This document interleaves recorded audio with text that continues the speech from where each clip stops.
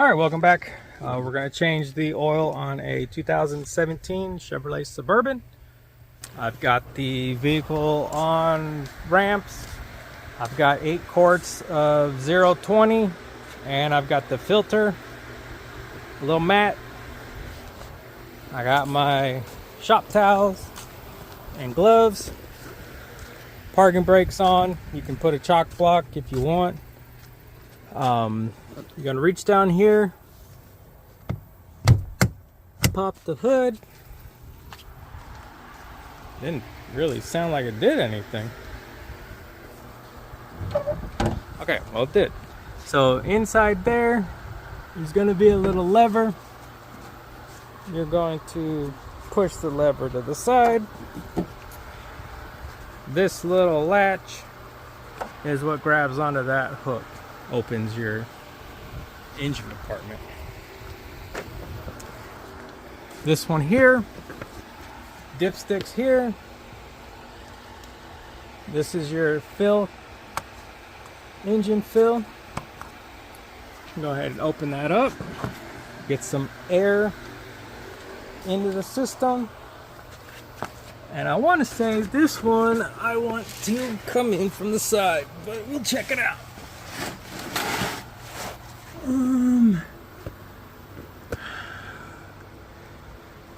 Yeah, I think I'm gonna come in from the side. So let me readjust this real fast. If you remember, that's the corner I spilt the oil on earlier. So I'm gonna try to position that to where I'm not going to be. Now,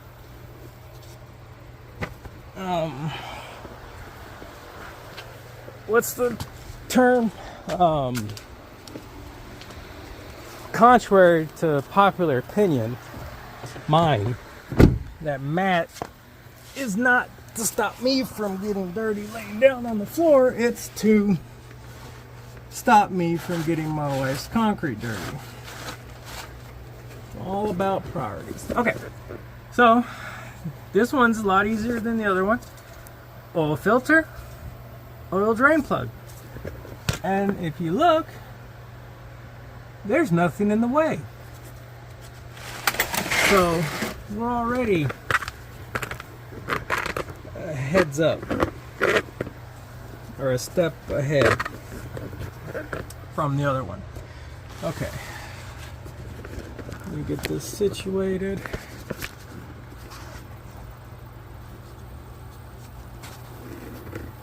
Okay, let me squeeze it next to you. This is more than likely a half. No, that's a bigger one. Let's see.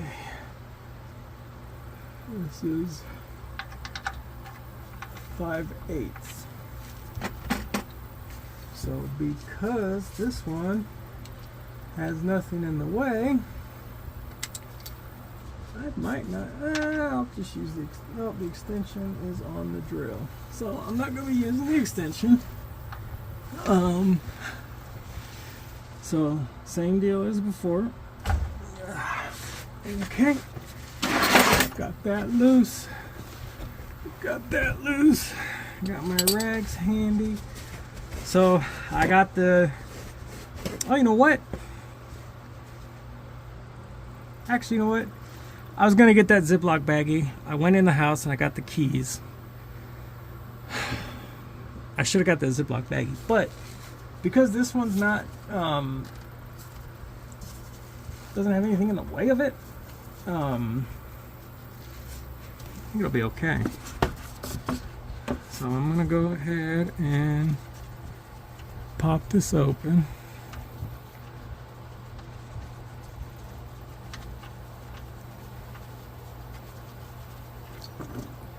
You know what? I just parked this on here, so you want to let these things run for a little while.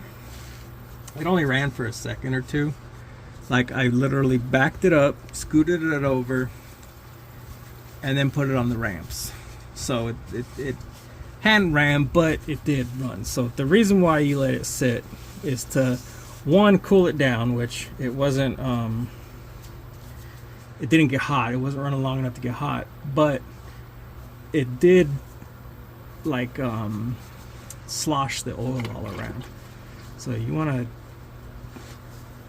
let it sit for a little while so that it settles. Now, the 5-minute oil change places, obviously don't let the oil sit. So it probably really doesn't matter. You see this mess that's coming out with this filter? That could have been avoided by the bag. But I was thinking about it, and because there's nothing really in the way, this little cross member like on the ram, it's just gonna fall straight down. So I mean, it's on my glove, or it'd be on my hand if I wasn't wearing a glove, but like it just goes right into the catch pan. So I was like, you know what, I'm just gonna do it without it because I don't want to go back in the house. But that sounds like a really great idea. I'm a big fan of it. I haven't used it, but it's one of those things where it's like, oh man, that's genius. And then you forget about it. So it's my favorite kind of trick.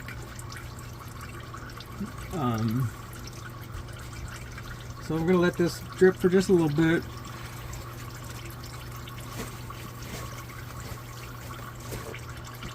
And then while it's doing its thing there, I'm gonna wipe this up.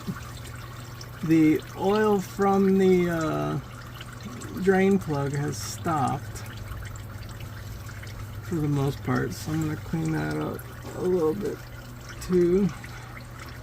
And then I'm gonna go ahead and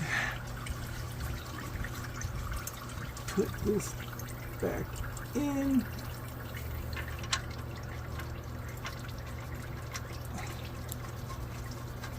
So like those 5-minute oil change places, I mean, it's you're literally just out, off. Well, it's like off, out, off, out. Put the bolt back in, put the filter back in, snug it down, hand tight, and then fill it up with oil. The only reason why you have to wait is because there might be a line, and because they do sometimes need, and like, you know, when they tell you, hey, stop the car, you know, do you want some water, or all this and that, what are we doing for you today, and all that kind of stuff.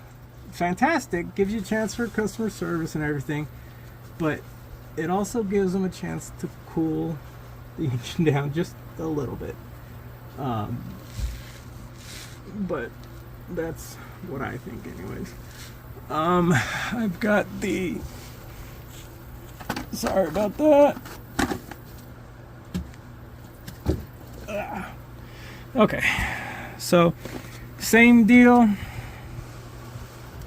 as before. Some people say you don't need to pre-fill the filter.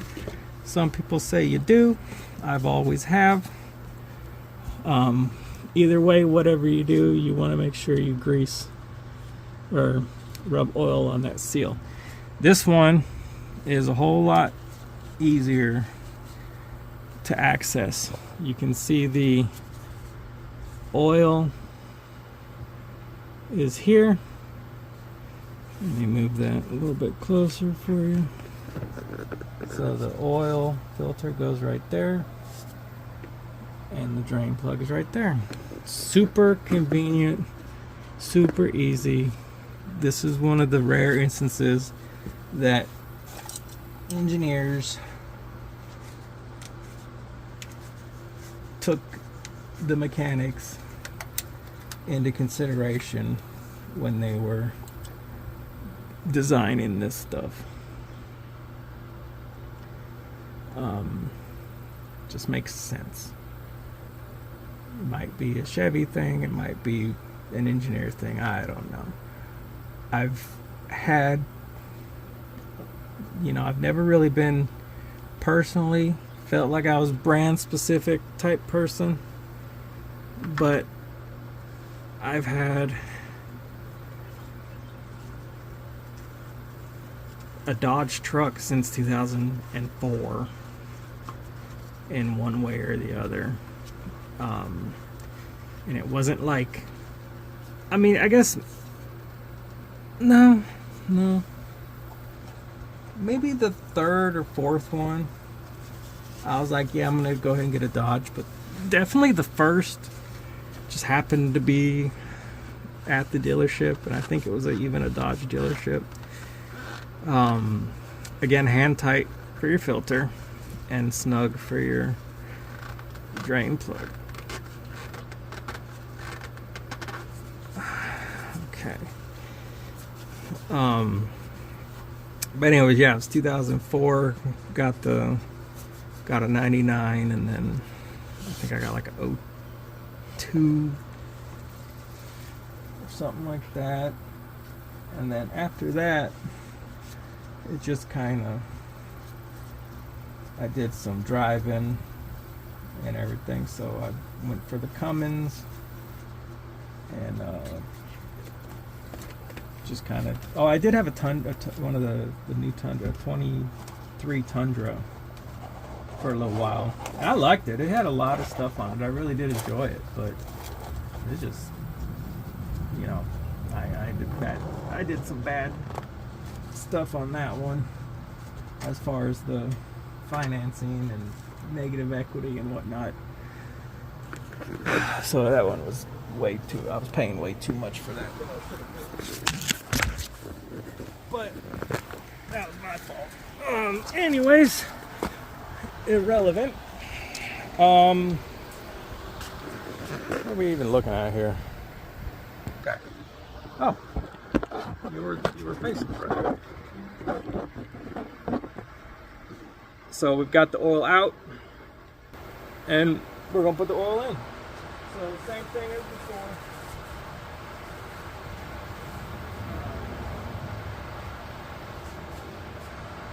.020. This one, the fill spouts over here.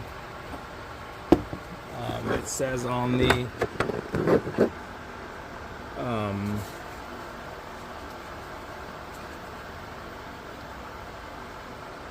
cap what kind of oil it needs. This one's 8 quarts for this Suburban.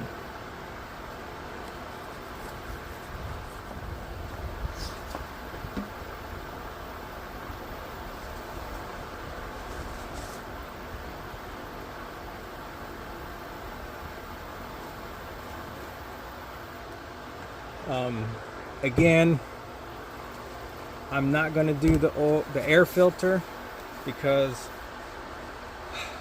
I did this oil change last time and I did the air filter last time, so it's not going to be bad. So I'm not going to mess with it. If you are doing this stuff at home, when you go to the auto parts store, a lot of times they'll have like a little, well, probably like $15 bundle now, but they'll have like a little bundle of oil change parts. Like they'll have like a little pack of rags, the little oil pan, a catch pan.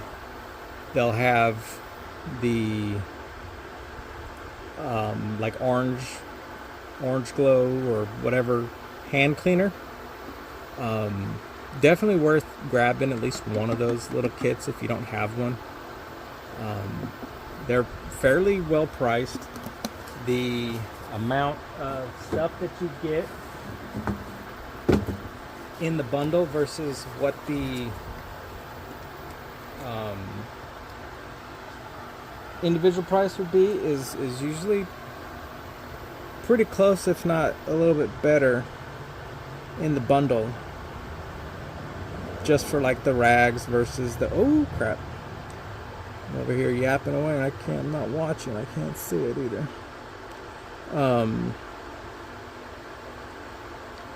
But yeah, a lot of times it's worth the bundle, especially if you don't have any of that stuff.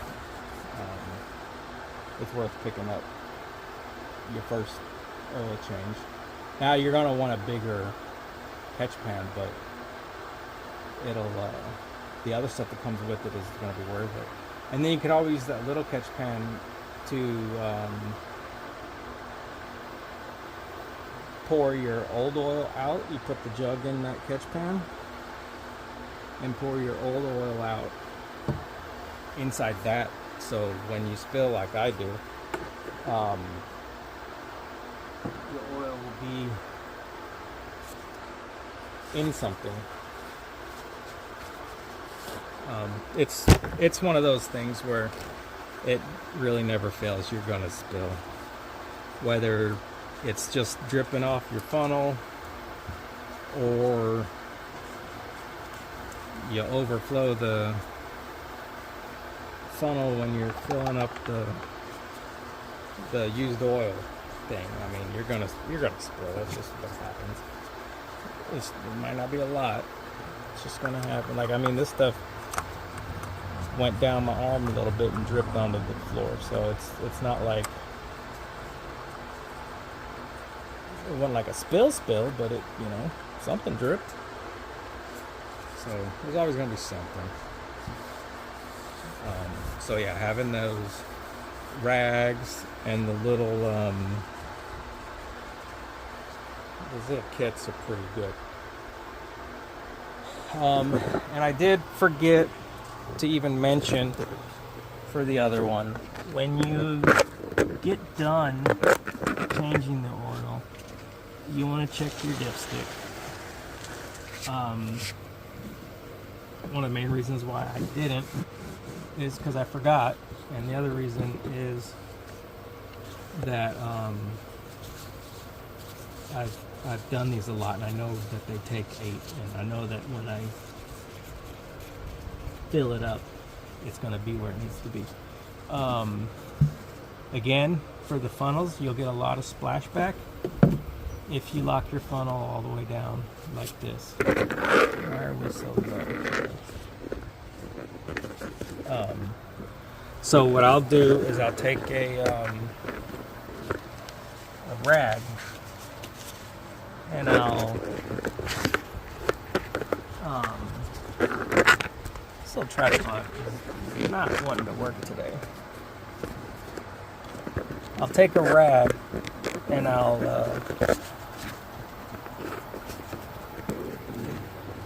this is just, sorry guys. I'll take the rag, roll it up in the little corner here, and then tuck it into the thing there, just so it makes a little air gap, and it won't like catch a seal, and do that. You know, I don't know why this thing wants to not look at anything, and then when I put it someplace where it doesn't have to, it wants to look the other way. Anyways, so you go ahead. You want to keep an eye on the side. Make sure you don't overfill it. You also want to make sure that you don't leave the funnel full when the jug's getting full, because the funnel's going to still keep trying to pour into the jug even if there's no room.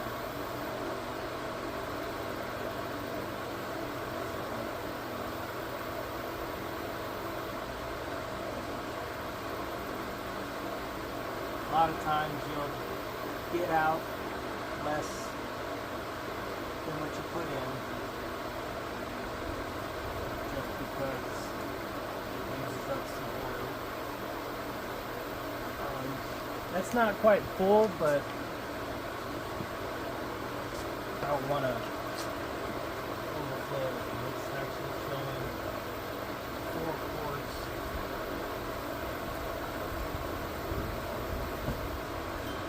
I'll return this to the auto parts store. And I did double check with them before I left, and they do take the oil back, the usual. Some of the auto parts stores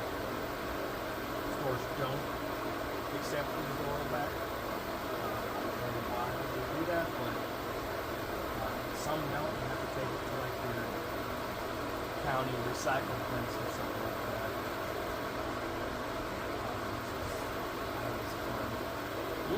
The one here, I don't believe oil has a charge to it, but just not being able to take it to the auto parts store you bought it from, it's just a annoying.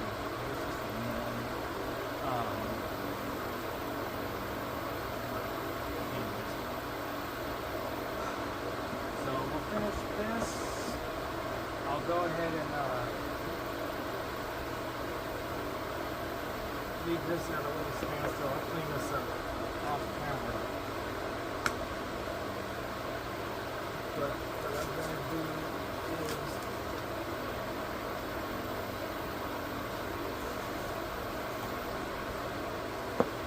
before I forget,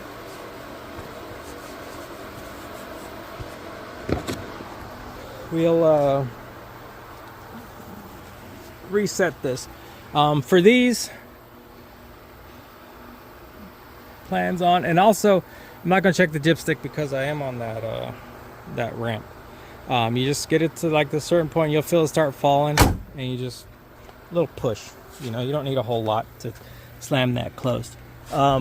One of the things the auto parts store will not do is they won't take your oil filters and your dirty rags. Those aren't those don't count in the used oil return thing. Okay, so let's see. The truck, I needed to leave the thing off. Let's see what the Suburban has to do. Engine oil soon, trips. Of course, my wife's car, so there's no gas in it. Oil life 2%. You hold OK. Oh wait, there you go. You hold the little OK button. 100%. So what I'm gonna do, I'm just gonna release the brake. And this one's push on, push off, and I'm gonna get off the ramp. And if you remember, oh, that's good. If you remember, we changed this camera a little while ago, and it's been working okay, but when you shift, there's a big delay. And then my wife said this past week the screen don't come back on, so I don't know what that's about. I hope it's turned off. So I'm gonna have to figure that out, and I might end up putting the old camera back in and see if that fixes anything. If nothing else, I'll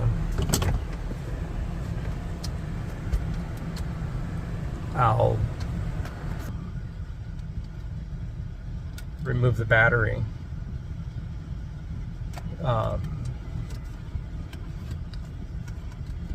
And do like a hard reset on it. See what that does.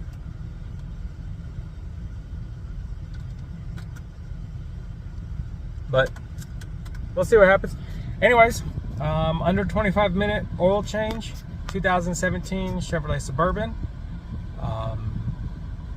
I've been Sean, and I appreciate your time, and I'll see you on the next one. I got a couple projects here while I'm at home. That's not counting the 3D printer, the laser, and the all the furniture and stuff that I've been working on. But anyways, appreciate your time. Have a good one. Bye. Morning. Going over the Suburban video. One of the things that I talked about a little bit was the backup camera and the radio not being on. So on the, I think it's the TFT readout, the one on the driver's dash, it was acting like the radio wasn't on. It wouldn't control based off the steering wheel controllers, like it wouldn't control off of that, and it was acting like the radio was powered off. So I went over to the passenger side and I pulled the fuse for the radio.